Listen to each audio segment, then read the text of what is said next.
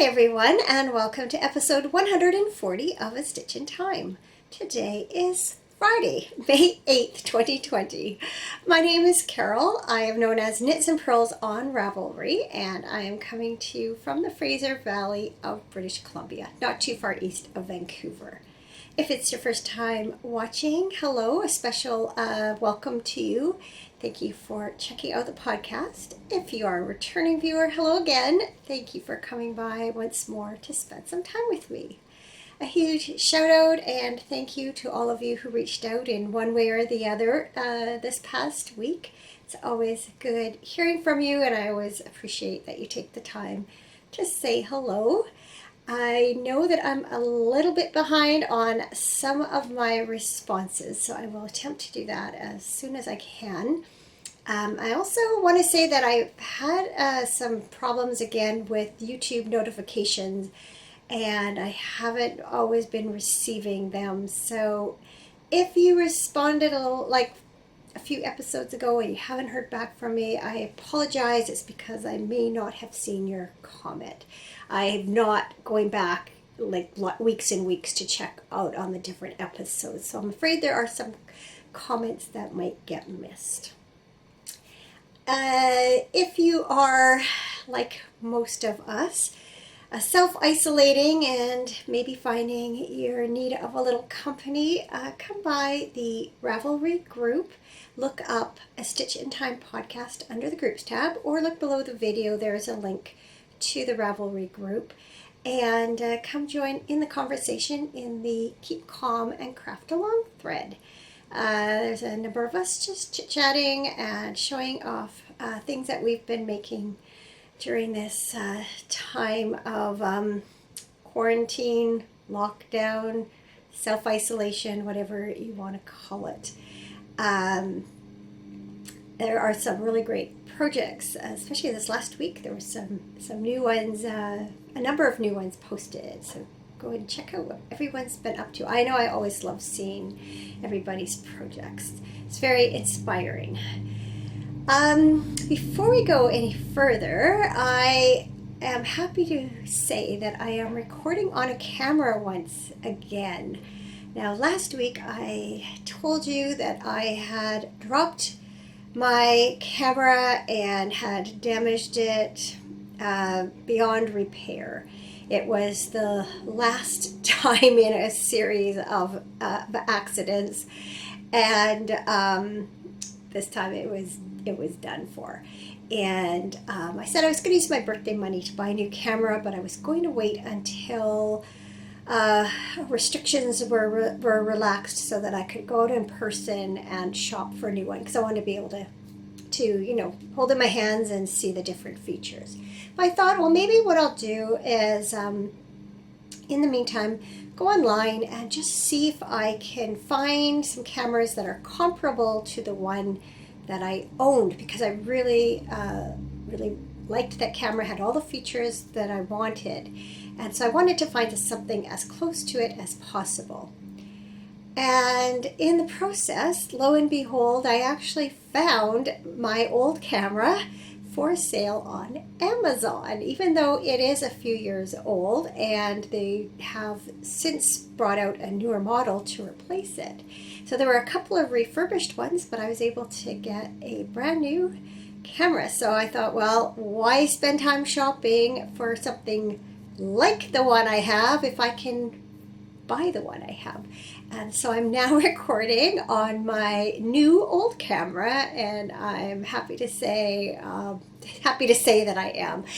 It was not supposed to ship not supposed to be received for a couple of weeks, but then Tuesday morning I got a notice that it was arriving that day. So just thrilled with it. And what I love is there's no learning curve, and it's completely intact, and it's not being held together by Scotch tape.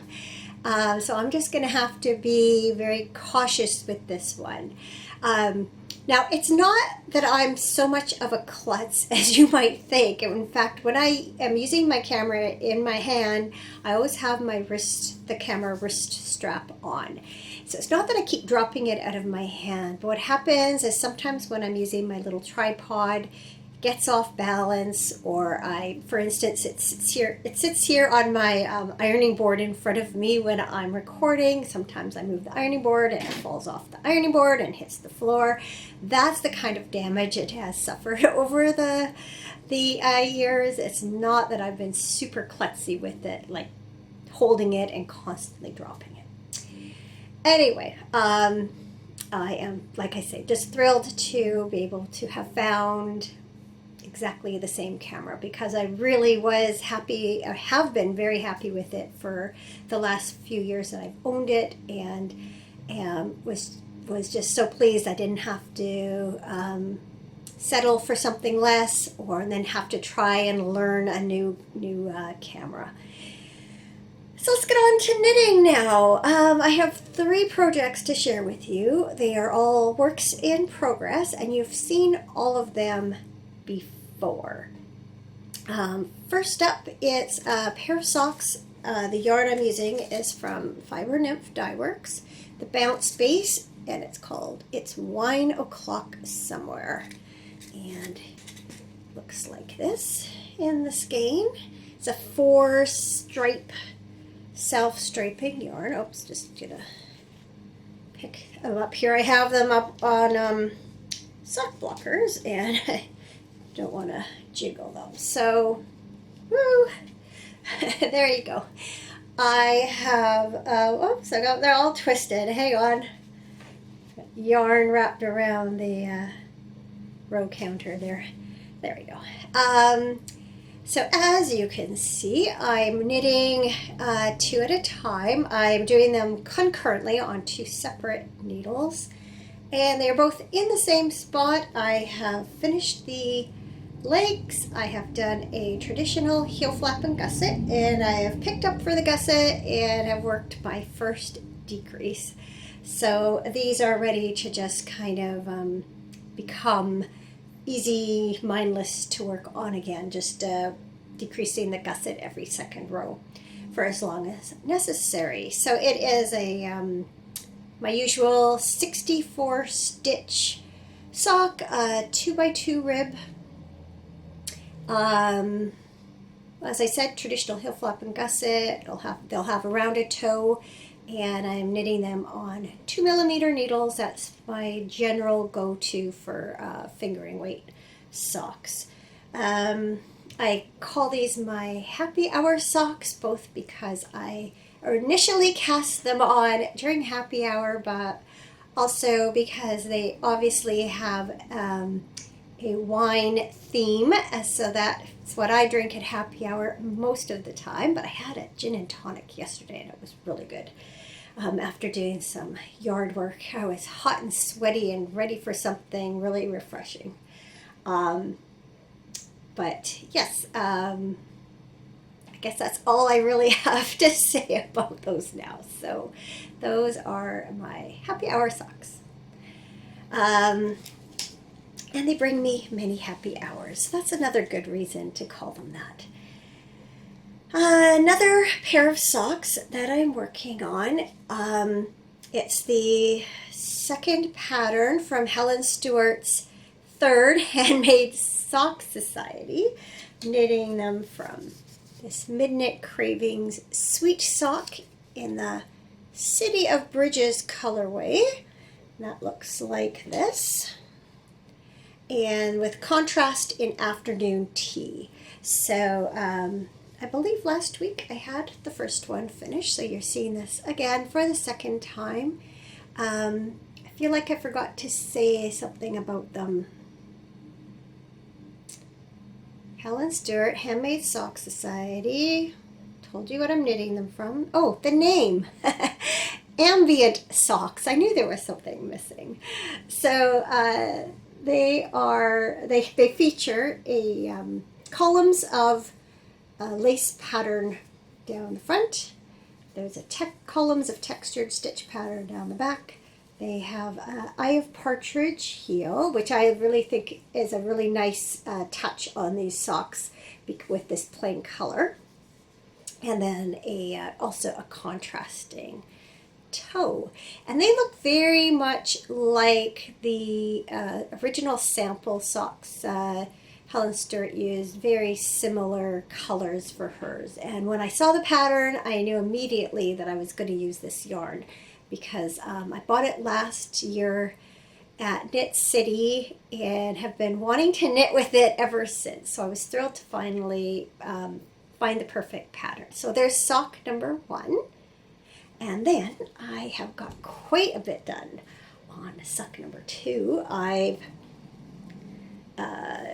done the whole leg, and I've done the heel flap gusset. I've just decreased all the gusset stitches and am working my way down the foot. So I wouldn't be surprised if these aren't finished by the time I podcast next. I don't have a whole lot more to do on them.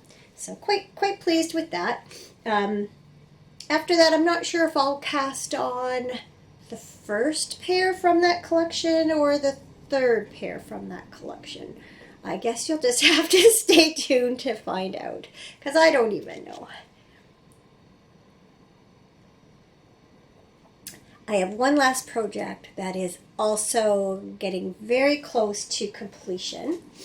That is this shawl called Arashi by Sarah Morris. And it was part of a yarn club that was put on by Abstract Fiber, which is a yarn company out of Portland, Oregon. And I think it was called something like the 1 skein, 2 skein club, because every project you could either order 1 or 2 skeins and make the smaller or larger size. And I think they were all scarves and or shawls, if I'm not mistaken. So I'm pretty sure on all but one I ordered just the 1 skein version. So this one's being knit out of Abstract Fiber Lima, which is a lace weight alpaca silk blend, 70% alpaca, 30% silk. And this is the hibiscus colorway, which, as you can see from the picture, is this beautiful shade of red. It shows up, whoops, oh dear, gotta pick it up. Just rolled away. It is a beautiful pinky red color. It shows up more brightly on camera than it is in real life, but it is, it's fairly bright, but just not quite that glowing, at least how I see it on my end. And last week I had put this on, or I had it on a 24-inch or 60 centimeter circular needle, and I have transferred it to an 80 centimeter or 32-inch size needle, so I could show it a little bit better this week. But still, A, being lace, and B, being bunched up on the needles, it is hard to really show it off. It is a Faroese style shawl, which means it has this center column of stitches that runs down the center. Go figure. And then it has kind of a, geometric kind of pattern on the sides. So I am currently 12 rows away from finishing. I have 6 more rows of pattern, and then I have, I think it's 6 rows of garter stitch before I cast off. So I'm very, very close. It has not been without its drama, and maybe made worse by my,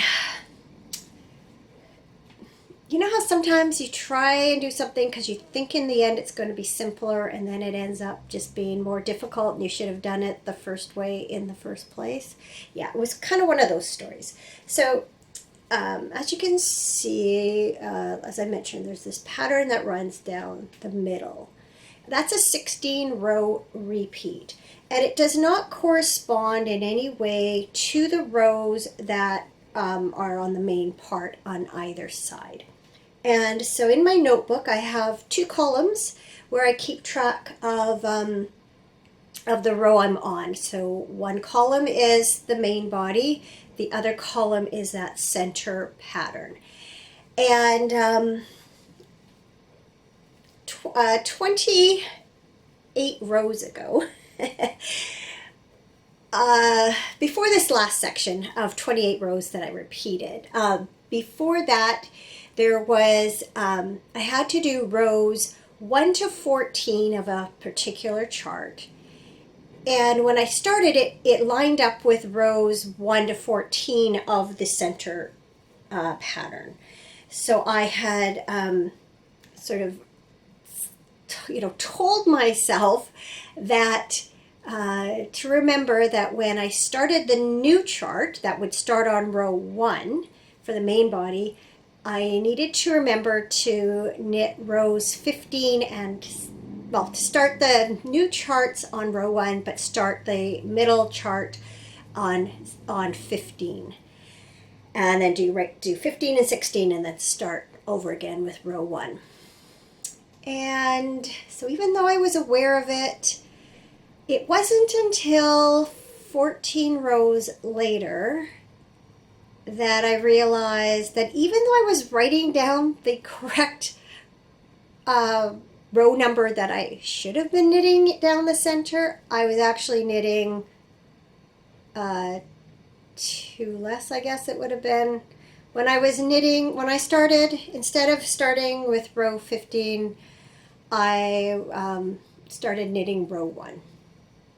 And so I was knitting row 1 across the whole shawl, row 2 across the whole shawl, instead of going row 1 to here, row 15, row 1.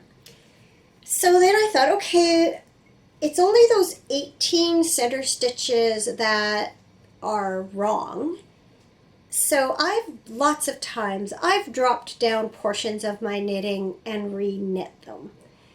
And I thought, you know what, I think I can do that here rather than pick out 300 plus stitches for 14 rows. That just seemed just too overwhelming. And so I put the 2 sides, either side of the columns, had them on needles, put the other on other needles, dropped them down, and so I had all the strands of yarn going, like this. And I just started with the first row and I worked back and forth and worked those 14 rows back up. And then when I finished and took a really good look at it, I realized that I didn't look quite right. And I wasn't sure at first exactly why not.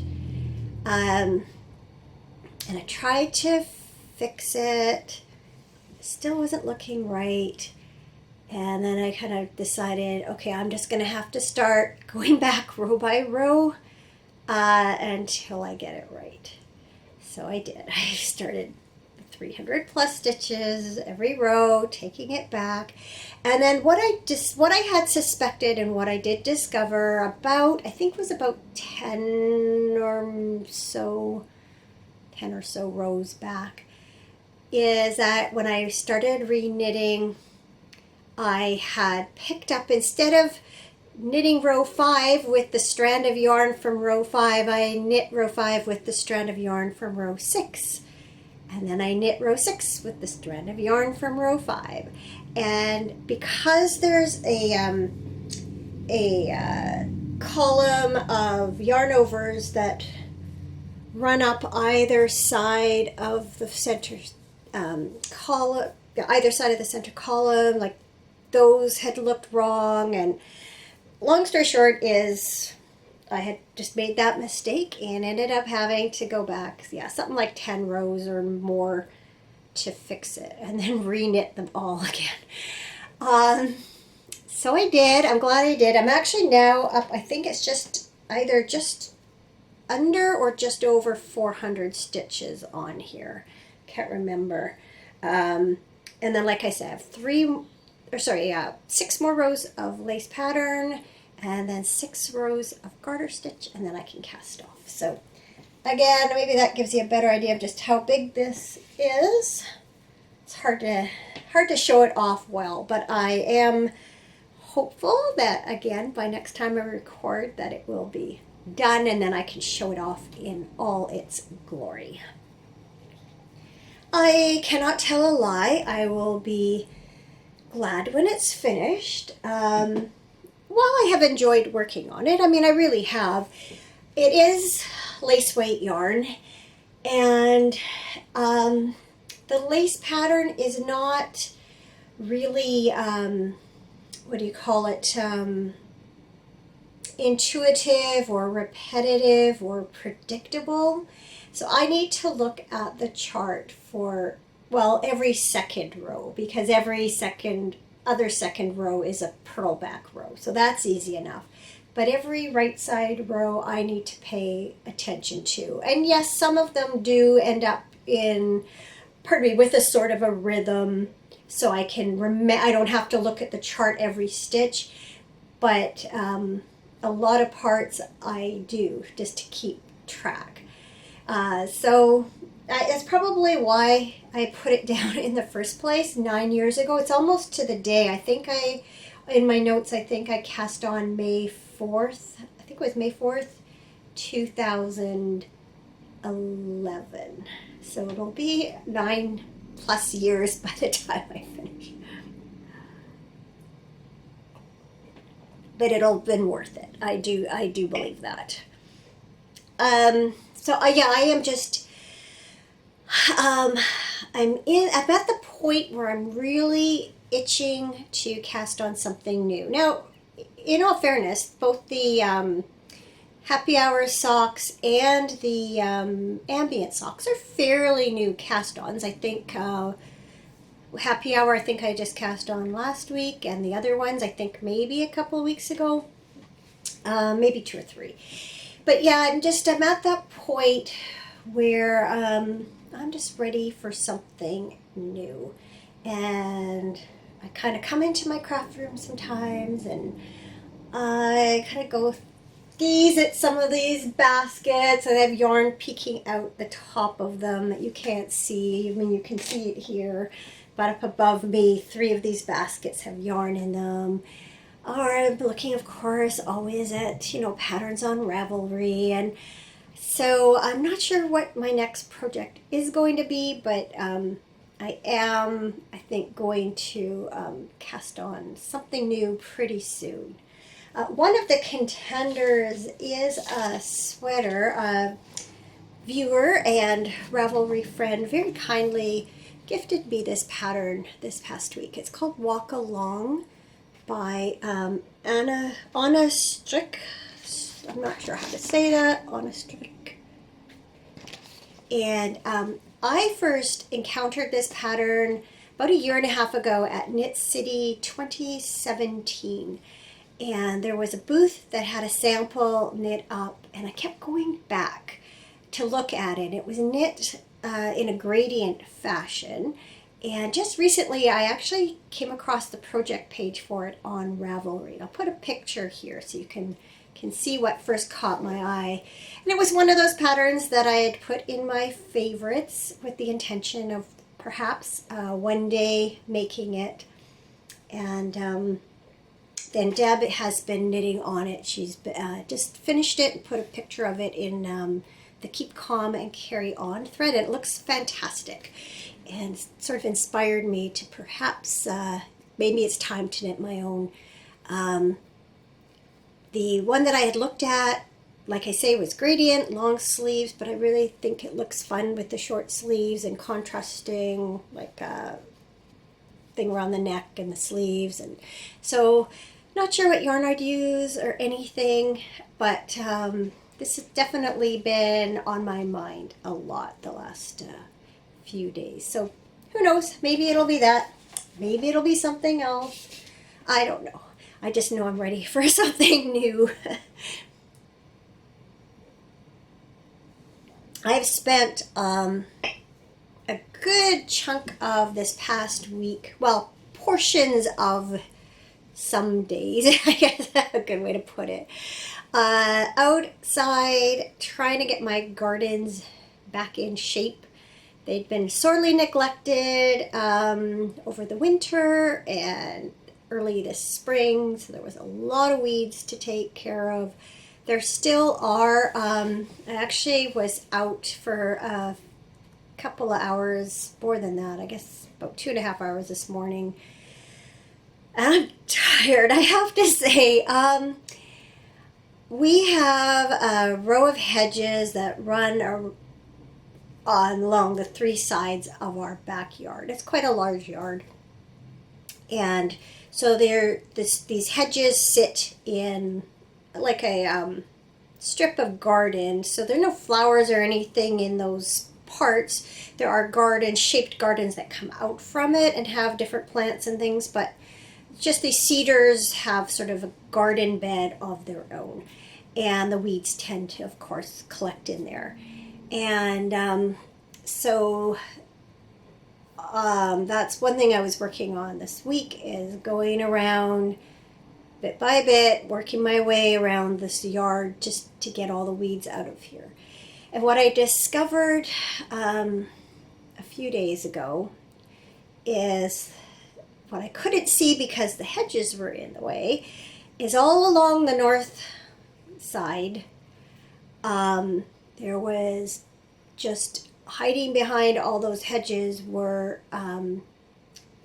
grass and creeping buttercup had kind of made its way in from the yard next door. I don't know if you have creeping buttercup where you live, but it is invasive and it's tough to get out. It just literally does what it says. It creeps along from a initial plant and gets its roots in, and you get clump, clump, clump, clump, almost interconnected.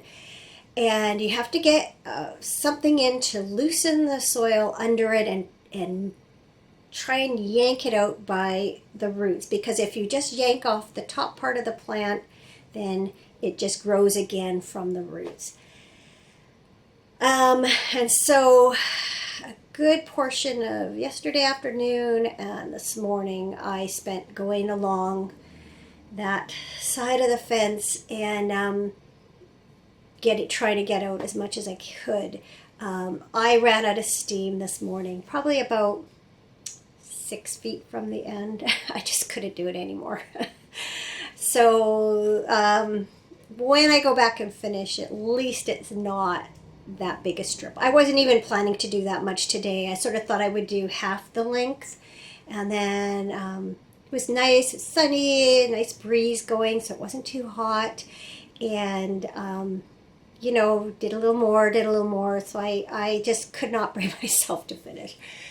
So it's definitely a satisfying thing to see the gardens kind of with the soil kind of all turned over freshly and ready to have some bedding plants and things put in, and some of the perennial plants are coming back. And I do enjoy this time of year when you get your garden going, but I tend to be lazy about things like weeding and watering. So every year I kind of resolve I'm going to be better about it, and every year I really am not. But you gotta keep that faith, right? I'm actually really excited because tomorrow I'm picking up some hanging baskets and flower baskets from the curling club. Normally I get them through a fundraiser through the school where my sister teaches, but because school's not in session right now, they weren't doing it, but our curling club ran a similar kind of fundraiser. So I'm very excited to be picking those up tomorrow, so we'll have some more color around. We have not seen the hummingbirds too much, just now and again, so I'm hoping that will help attract them back to our yard also. And then hoping in the next couple of weeks to start getting some bedding plants for the gardens. Let me see what else I've got written down here. Yeah, that'll actually be a little easier in the weeks coming up because British Columbia is getting ready to relax some restrictions. Thankfully, we have flattened our curve. British Columbia had a fairly, compared to the rest of compared to some other parts of Canada and other parts of the world, we've had fairly low numbers, just shy of 2,300 confirmed cases. Yesterday there were 33 new ones. All week they've kind of been in the 20s, and a number of those cases are specific to certain outbreaks. For instance, there's one in a correctional facility. There are 3 in poultry plants. Actually, 1 in our community. And then also seniors care homes and long-term care facilities, like so many places. I'm sure there are other community cases out there, but I know a lot of the cases are related to those outbreaks. And so we're reaching the point where the cases are low enough to be manageable. BC all along has been doing contact tracing. So when somebody is ill, they figure out who they've been in contact with and notify them and have those people self-isolate. And so we've managed to keep a pretty good lid on it here in BC, and I'm really grateful for that. On the other hand, it is a bit, you don't really know how much it's out there. I do know there's one care home here in the city where I live that has been affected. As far as I know, just one resident. And then, as I said, this poultry plant. So, interestingly, I was, my younger son came over yesterday to cut the grass, and we sat and had a drink after, and just in discussing things, it turned out that one of his friends, who he's in a band with, actually works at this poultry place. He was tested negative, thankfully. But that's what it kind of brought it to mind, like, as I would have said, oh, this person, or, this poultry plant, I have no connection to anyone in a poultry plant, shouldn't affect me. And then you realize how close those lines of connection can be.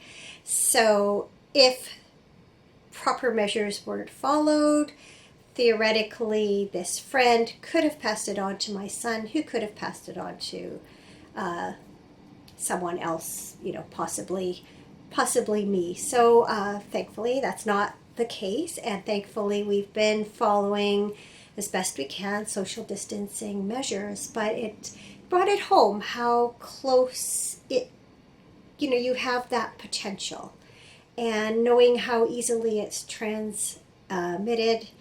It was an eye-opener. You're not as safe as you think you are, even with small numbers in your social circle. And with that in mind, we're being told we can double our bubble, as they put it. So the idea is that, as a society, with the restrictions in place, we're at sort of about 30% of our regular social contacts. That's where overall we sit as a society. And so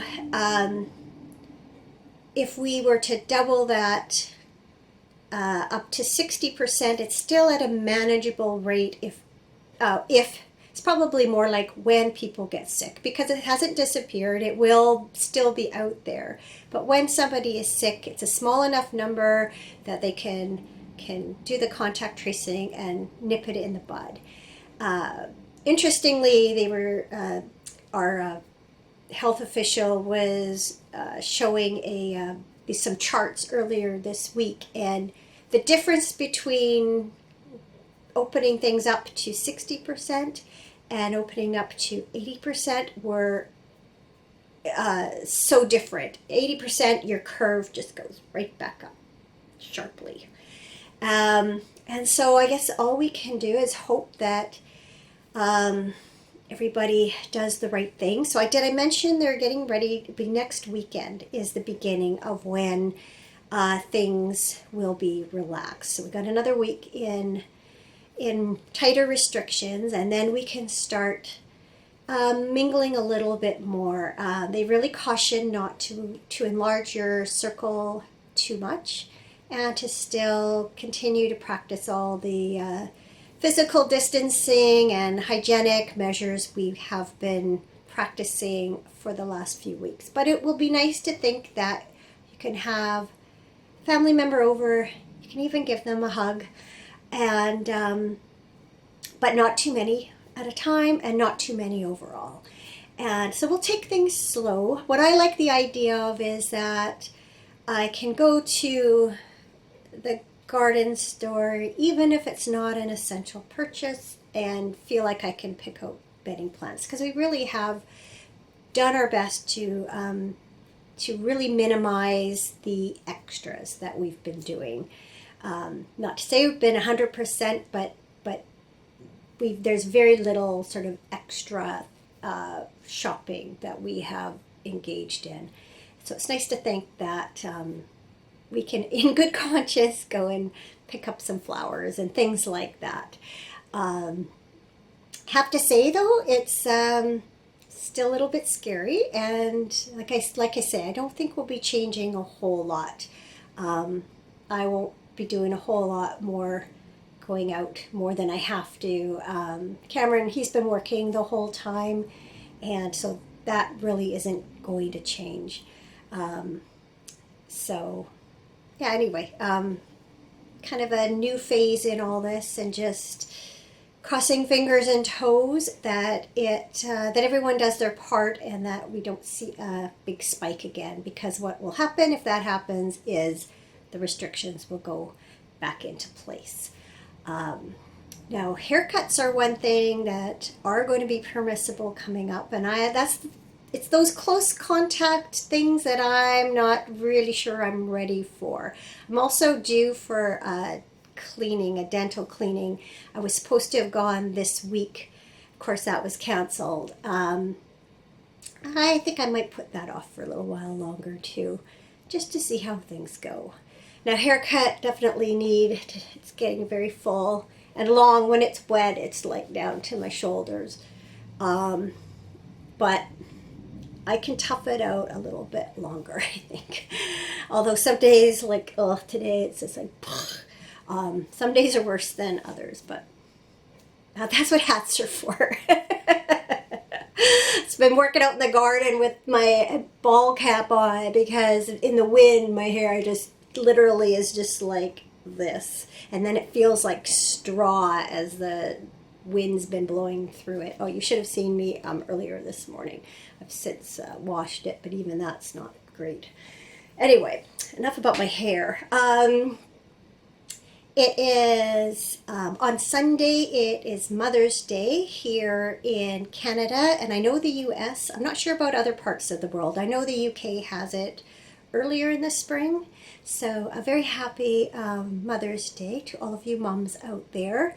I hope that you're able to connect with your children, if not in person, then by some other means. Tomorrow afternoon, we are going over to our daughters for an outdoor, socially distant happy hour. I know my older son and his fiance are also going to be there. Not sure about my younger son, but if not, I'm sure I will see him at some point over the weekend. Like I said, he was here yesterday, and I did have a good visit with him. Cameron was working late, so the two of us sat and had a drink and nice conversation. It's nice when you can be, friends with your kids. I always appreciate that we always have something to talk about. So I think before I say goodbye, my something good for this week is knowing that very, very soon I am going to be able to hug my family. That's one of the things I've missed.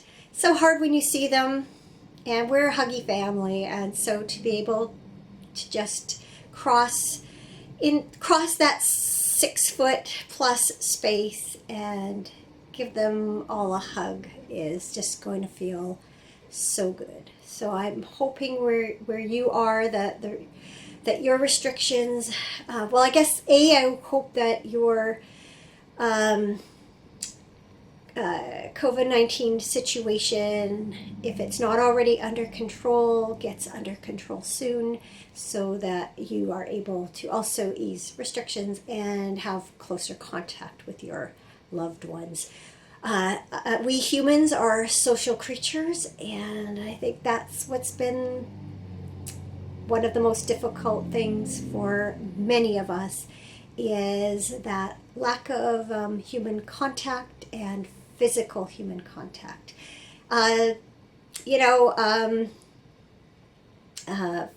FaceTime and video chats, or even in-person visits from many feet away are just not the same. And it'll be good when we can get back to more of that. So on that happy note, I will say goodbye. Thank you as always for watching. I hope you have a great week ahead. We're supposed to have some spectacular weather. It is next few days supposed to get up into the high 20s and even 30 degrees Celsius. That would be 80s up to 90 degrees Fahrenheit. So that's cool. I'm in capris today, and you can see a sleeveless shirt, and I'm perfectly comfortable. So that's a wonderful season to get into. If it's not quite as nice where you are, I'm sorry. I didn't mean to brag. Rub it in. Anyway, take care. If all goes as planned, I will see you again next week. So yeah, take care till then. Stay well. Bye.